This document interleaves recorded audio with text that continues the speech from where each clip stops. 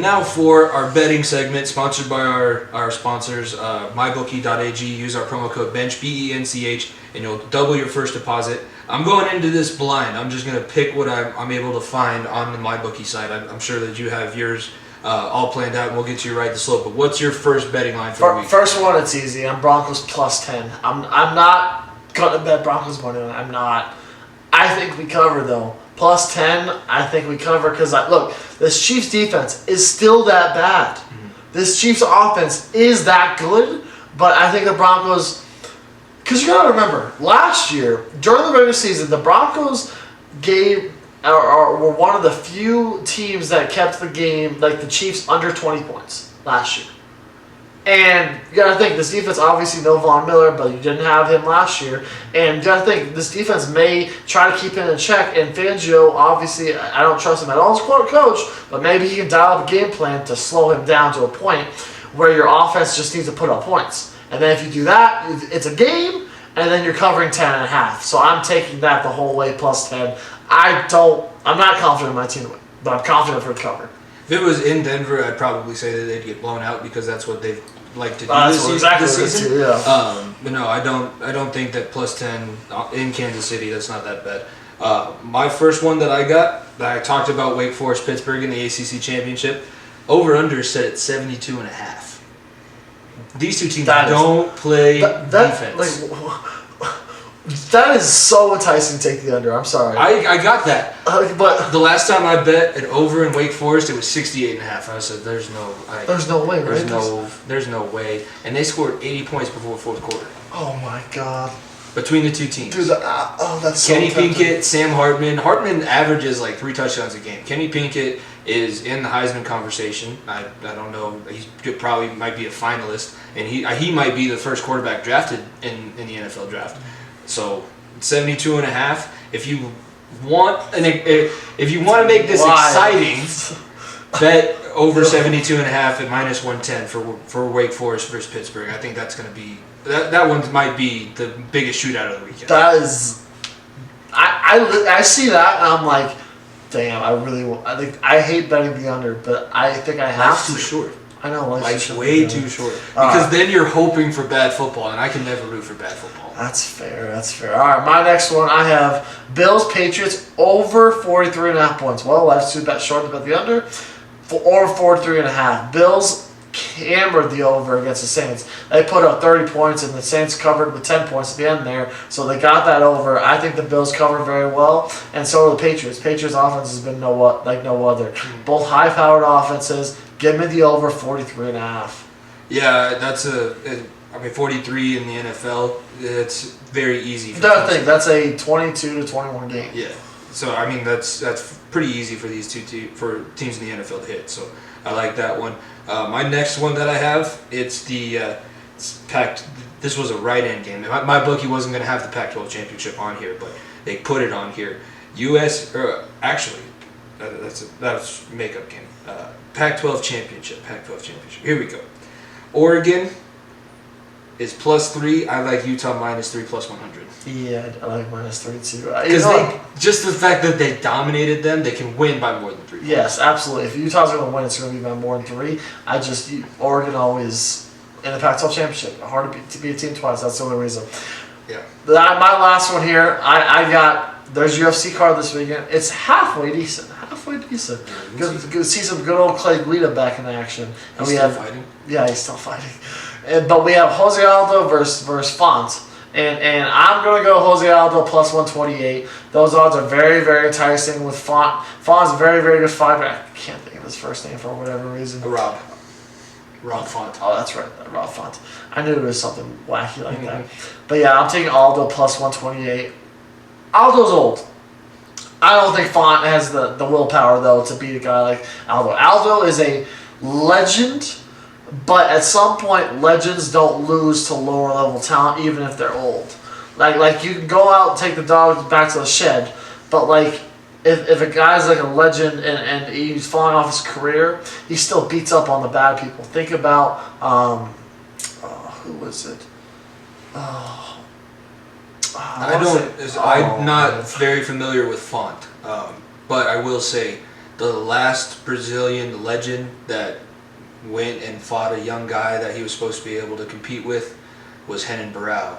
And those two fights against TJ, I don't know if Rob Font is TJ Dillashaw level, especially at that point of his career. Especially at that weight class. Yeah. Aldo's trying to recreate his career. That's the only thing. So I still, puncher's chance, and he's had a few really good knockouts. 10 years as an undefeated fighter. So, true. You can't deny that. No. You can't deny that. Plus 128, that's a respect thing. Very, yeah.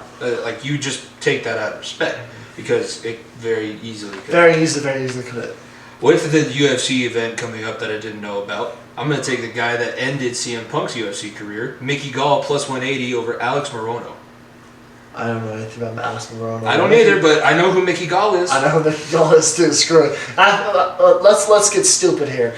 Jimmy, create a little bit of a parlay. Okay. We'll have two parlays. Put Guida, put who you just said? Mickey Gall, and give me Maki Pitolo, 3 underdogs. What's that at? Maki Pitolo? I know he's in that card too. Their name's Coconut Bombs. What's do you know his line? It's like plus one something. Maki Pitolo.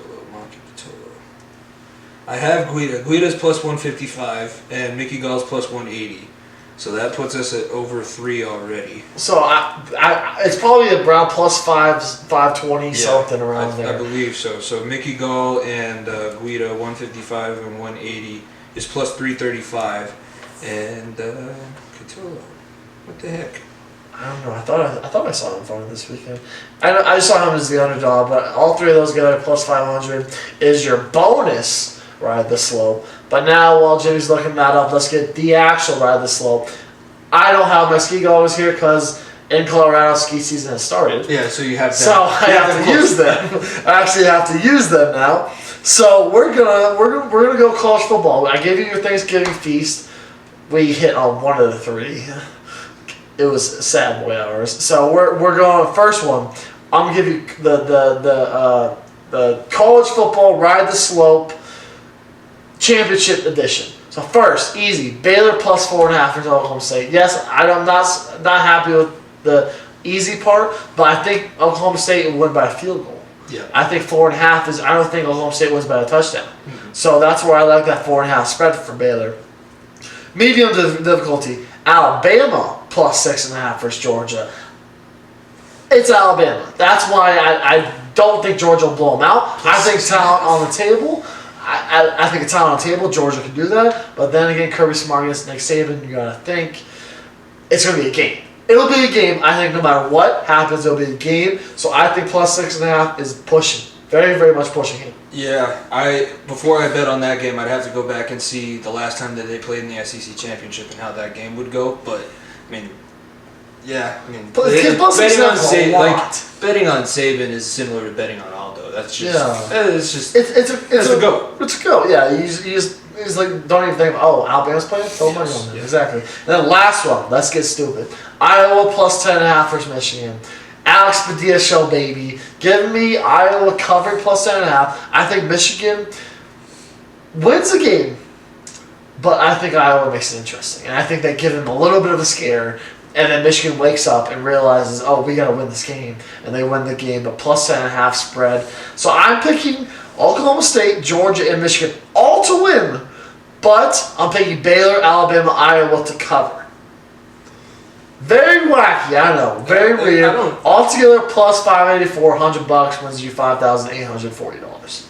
I switched up the one that you gave me. I put Jamal Hill instead on there because he's another underdog at plus 140. So the Guida, Jamal Hill, and Mickey Gall is plus 475. If all three of those guys win outright, if you take the money. Jamal Hill is a pretty damn good fighter too. Yeah, he's fighting Jimmy Crute. Who lost that bad leg injury to Anthony Smith, if you remember. Yeah. I remember seeing that he just winced in pain. I remember that. So yeah, Jamal Hill's a fighter that I like too. I think he could get himself into a title picture within the next 3 or 4 fights. And at light heavyweight, this is like a figure out who's gonna who wants it for the next title defense. But yeah, Anthony Smith is Crute's last fight. Before that, he knocked out Bukakis. Bukaki?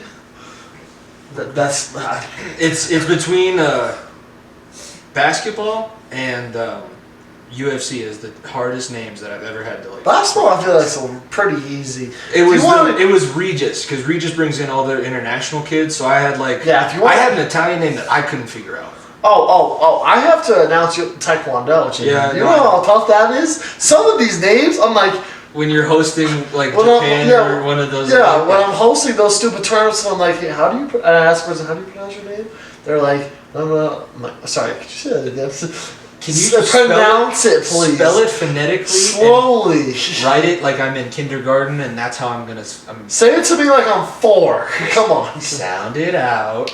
If you have more than 3 syllables in your last name, yep. Okay. I follow that. If you have more than 4 syllables in your last name, I'm just calling you by your first name. Yeah. Podcasting. I apologize. By the way, you're the Bruce Buffer of Taekwondo, USA Taekwondo. I'm about to become the Bruce Buffer of Arvada West Girls High School Basketball. Woo! They had a big win to open up. Do they play Creek this year? I don't know if they play Creek, but if they play Creek, my cousin's on the JV team, so maybe go to that game. Yeah, and from what I've heard from that coach, they're supposed to be in position.